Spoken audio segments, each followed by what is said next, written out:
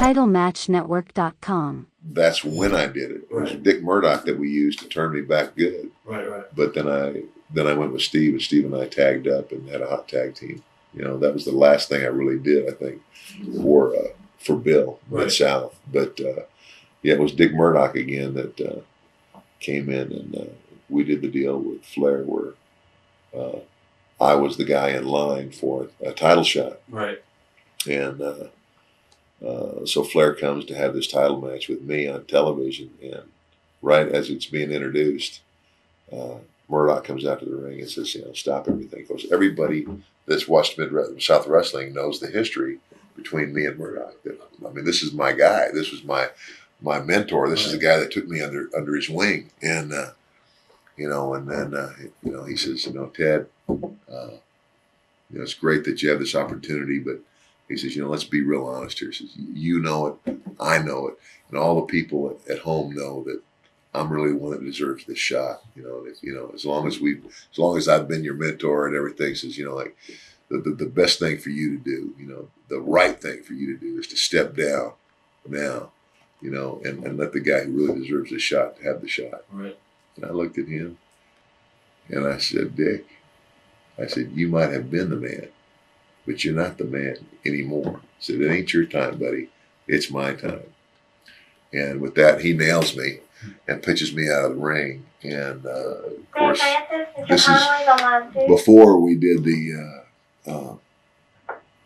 before we got away from doing the blade so much. And he pitches at me on the floor, and I'm gonna get the juice. Right.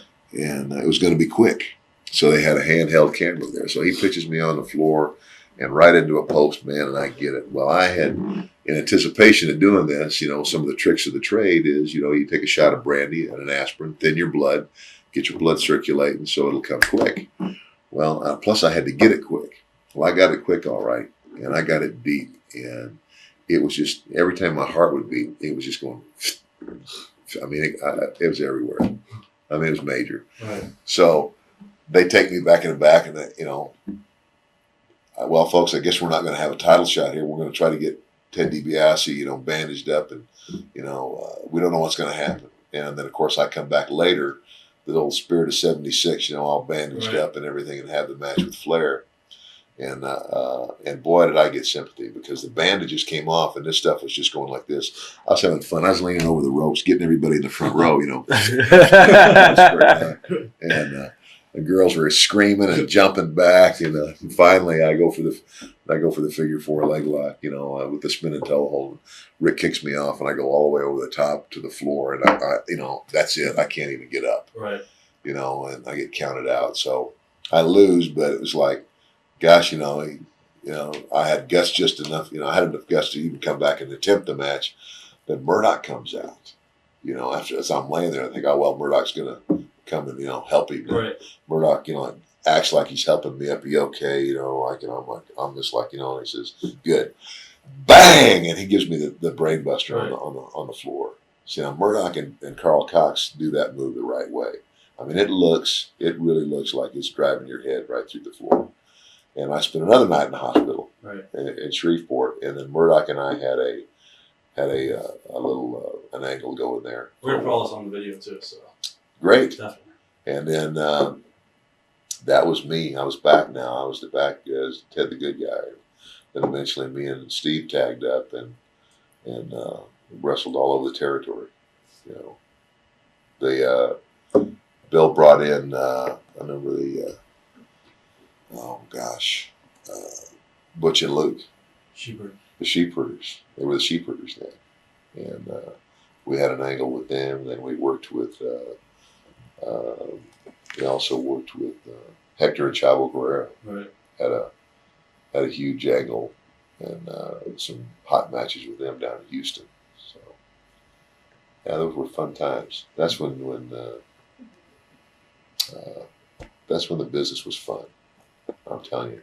And it was always fun, but it was still a business. It was still the good guys versus the bad guys, you know, and there was a clear line as to who your heroes were. What about Jim Duggan? What are your memories of your feud with Jim Duggan? I love Duggan. You know, he's another guy I helped break. And golly, man, I am old, man. You know. Of course, Duggan's closer to my age. You know, a lot closer to Duggan, if you ever see this. No, I love Jim. But Jim was just coming out of National Football League. You know, he played with the Falcons, and I mean, he's right out there.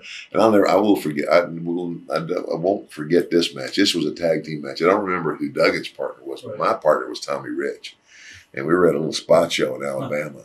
First time I ever got in the ring with this guy. You know, and if you know the business, you know, okay, it's, you know, you always tell these guys, the people can see it, they can't feel it. You know, so you're what we call loose. You know, you tie up snug, but then you relax. Right. I tied up a Duggan. It was like somebody put a vice grip on me. It was like, oh my gosh, you know. I did one move with him. I mean, I can't even remember what it was now. I did one move with him, and I went over and I tagged Tommy and I said, he's all yours, buddy. This guy is so stiff. But Jim came on, and he came on quick. Jim, you know, guys like Jim Duggan and Junkyard Dog, you know, the Dick Murdochs, the guys that were big stars in this business, Dusty Rhodes. It wasn't always about being a great athlete. You know, JYD is a prime example. He even tell you, JYD was not a great worker. JYD was a great talker. He had unbelievable charisma. And Dusty Rhodes, you know, people would look at Dusty Rhodes, you know, just from, if you've never been to a wrestling match before and you come out and here's this guy, this great big, you know, fat guy, you know, introduced as a champion or you know, in contention for the world title, you know, they go, that guy, you know, but it's all about charisma and character. And Jim Duggan has tremendous character, charisma, and we had a lot of fun. Oh gosh, we had a lot of fun. You know, Jim didn't like that blade too much. I mean, he was afraid of the blade. We'd have matches. It'd be funny, you know. Every time, like, oh, here I am. I'm just covered, right, you know. And he's got. They got enough of that, you know. And I remember one night I just finally said, no, not enough. Keep going, you know. How's that look? No, man, you're not there yet. No. And he finally got, he says, you ain't ever going to tell me to stop, right? I said, no, man. I said, you're way behind, buddy. But we had lots of fun. I guess it was 1987 when the Freebirds came into UWF. Were you surprised how much I got over? Oh, no, not at all. Not at all. I mean, I knew those guys, because they'd been through once before, and they'd been in Georgia with me. And, you know, I'm telling you, Buddy Roberts. I knew Buddy Roberts when he was still with Jerry Brown, Hollywood Blondes. You know, they came through. They were another couple guys that came through, and I'd worked with them before. Right.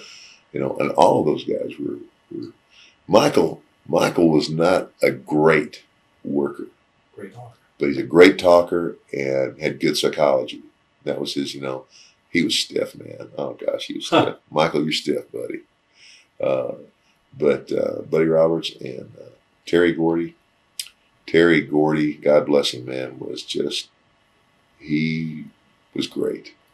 You know, I have not even seen Terry Gordy or had a chance to talk to him, you know, since he almost, from that accident, you know, the overdose, whatever it was, when he almost died. I don't know how much he's recovered or how he looks now, but he was one of the best. And I remember one night when they were in Mid-South and we were working with them a lot. I had started going back and forth to Japan. Stan Hansen had become my tag team partner, or I should say I had become his tag team partner. I came right back from Japan and had to wrestle in Houston. And I mean, I was just, you know, jet lagged to the max. I mean, I couldn't even remember my name, and I had to go out and have this match in Houston with Terry Gordy. And I did, you know, and I was the heel. And he says, Ted, what do you want to do? I said, Terry, just, you know, I don't care. Right. I said, you lead this match. I said, because I am in the ozone. You know, I said, just lead it. You know, take it, do whatever you want to. I said, it'll be good. Right. And it was great. And I could trust him like that. Terry Gordy is one of those guys who right towards the end of the Mid-South there before I went to worked for Vince that, you don't see too many hour-long matches. Well, you don't see any anymore. But we did this just to prove a point. Bill said, we're going to give them a finish, but we're going to give them that finish at 58 minutes and 30 seconds. Make them think it's going to go all the way, and then give them a finish. And that it gotten to the point, where the pace of the matches had picked up to the point where there was so much going on. And in the first 15 minutes, we'd get some hecklers, boring, get up, do something, Right. But after that 15 or 20 minute mark, everybody was into it and on the edge of their seat. I mean, and that could still be done today if you'd let somebody do it. But that was the art of wrestling. The art of wrestling is being able to go out there and use that match and the contest that the two guys can create to, elicit that response from the people, as opposed to telling the story backstage or, running a half track through a limousine, and telling the story that way. And then two guys go out and just beat on each other for 10 minutes. Right. That art's dying.